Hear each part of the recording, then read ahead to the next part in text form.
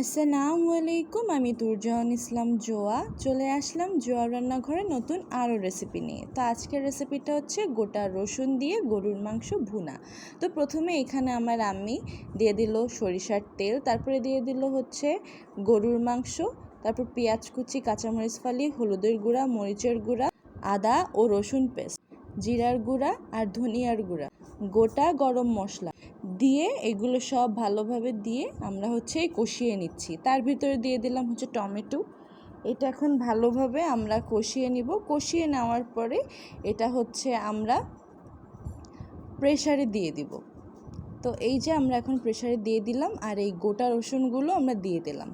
এখন এটা অনেকগুলো আমরা সিটি দিয়ে নিব। তারপর সিটি দিয়ে নেওয়ার পরে আবারও আমরা এটা কড়াইতে নিয়ে নিলাম। কড়াইটা ঢেলে নিয়ে এখন আমরা খুব ভালোভাবে এটার আরও একটু ঝোলটা একটু টানিয়ে নিব। তো এই যে টানিয়ে নিয়েছি, তো আমাদের গরুর মাংস কমপ্লিট হয়ে গেছে। আর উপরে দিয়ে দিলাম হচ্ছে ভাজা জিরার গুঁড়া। তো আজকের রেসিপিটা আমাদের ভালো লাগলে অবশ্যই like, comment, share and subscribe করবেন। তো ভালো থাকবেন, সুস্থ থাকবেন। আল্লাহ হাফেজ।